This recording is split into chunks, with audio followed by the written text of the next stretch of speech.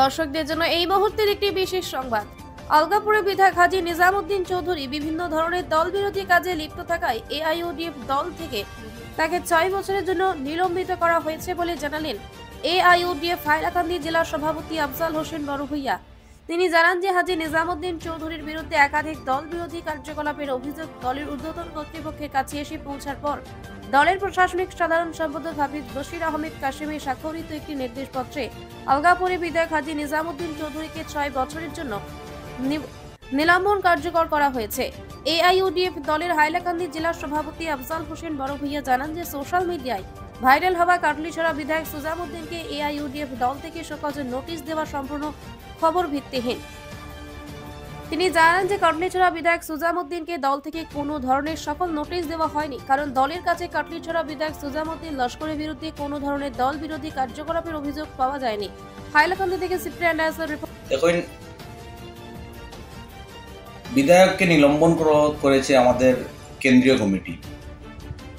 যে কোনো দলের পদাধিকারী, বিধায়ক বা কর্মী যদি দলের কাছে প্রমাণ হয় যে দল বিরোধী কোনো কার্যকলাপ করেছে, এটা দলের একটা অধিকার যে ওনাকে দল থেকে নিলম্বন করে।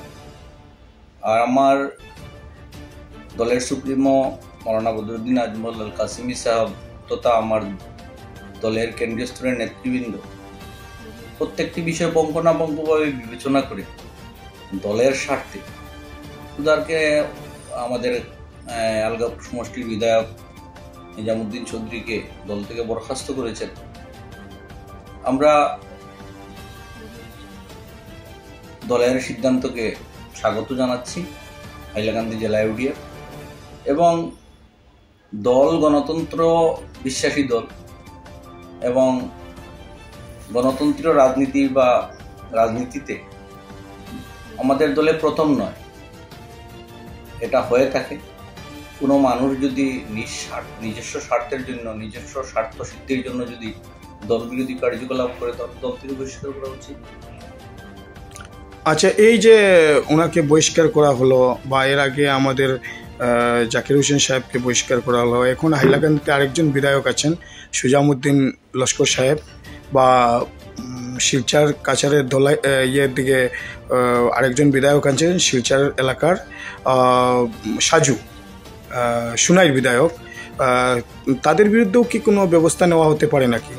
না, এইভাবে কোনো আমাদের কাছে কোনো খবর নেই, এবং মিথ্যা একটা অপপ্রচার চলছে যে আমাদের বিধায়ক সুজামুদ্দিন লস্করকে শোকজ করা হয়েছে।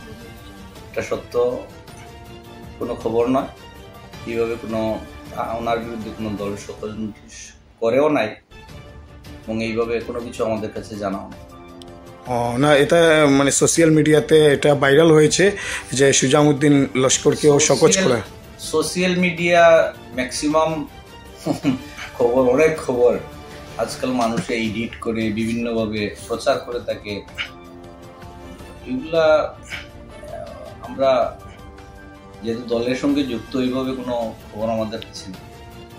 আচ্ছা, তো এই যে আপনাদের যে দল বিরোধী কাজের জন্য দুজন হাইলাকান্দি জেলার বিধায়ককে মানে নিলম্বিত করা হয়েছে, তো এটাতে কি আগামী পঞ্চায়েত ইলেকশনে বা বিধানসভা ইলেকশনে কোনো প্রভাব পড়বে নাকি? কোনো প্রভাব পড়বে না। দেখুন, গত বিধানসভা ইলেকশনের পর থেকে আমাদের বিধায়ক বৃন্দ যেভাবে দলের নীতি কৌশল আদর্শের বিরুদ্ধে গিয়ে যেভাবে অন্য রাজনৈতিক দলের সঙ্গে মেলামেশা বা অনেক সময় লুজ টকিং, সাধারণ মানুষ তো অনেক আগেই এইভাবে আশঙ্কা করেছিলেন যে নিশ্চয় বদরুদ্দিন আজমল আল কাসিমি সাহেব ওনাদেরকে দল থেকে বহিষ্কার করবে।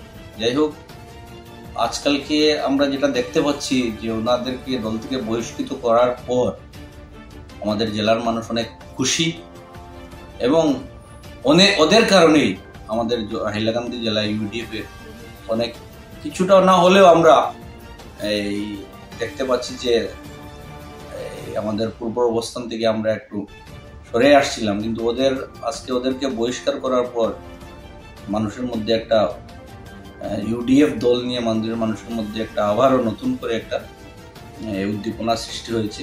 প্রত্যেক মানুষ যে আবার এই দলকে করব বলে ফিরে আসছে।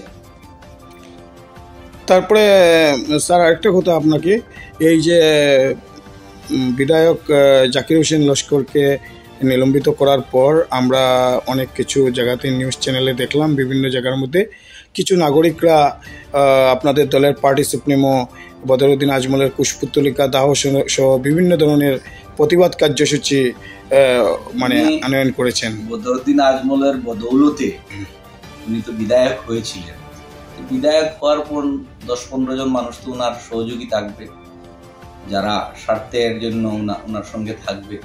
কারণ বিভিন্ন রকমের কথা আছে, বিভিন্ন কন্ট্রাক্টের কাজ, বিভিন্ন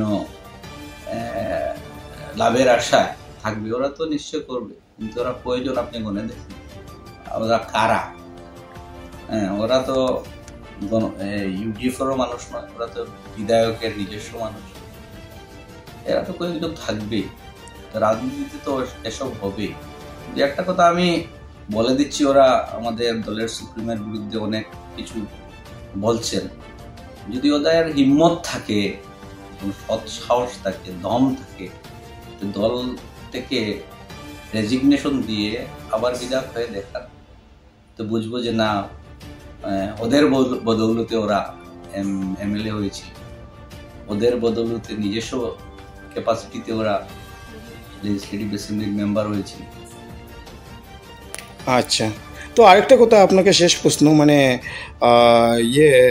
ওই বিধায়ক হাজী নিজামুদ্দিন চৌধুরীকে যে বহিষ্কার করা হয়েছে, এটার মানে মুখ্যত কারণগুলো কি কি?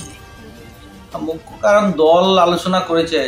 এক কথায় বলতে দল বিরোধী কার্যকলাপের সঙ্গে ওনাকে যুক্ত পেয়েছে আমাদের কেন্দ্রীয় কোর কমিটি, যারা এই সিদ্ধান্ত নিয়েছেন। আমাদের মৌলানা বদরুদ্দিন আজমল কাসমি স্যার, ওনার কাছে নিশ্চয় দল বিরোধী কার্যকলাপের প্রমাণপত্র আছে, পর্যাপ্ত প্রমাণ আছে নিশ্চয়। আচ্ছা আচ্ছা, ঠিক আছে, ধন্যবাদ। আপনি সুন্দর একটি মিডিয়াকে তথ্য জানিয়ে দিলেন ওনাদের বহিষ্কারের পিছনে কারণগুলো কি কি, এই জন্য আপনাকে অশেষ ধন্যবাদ। ধন্যবাদ।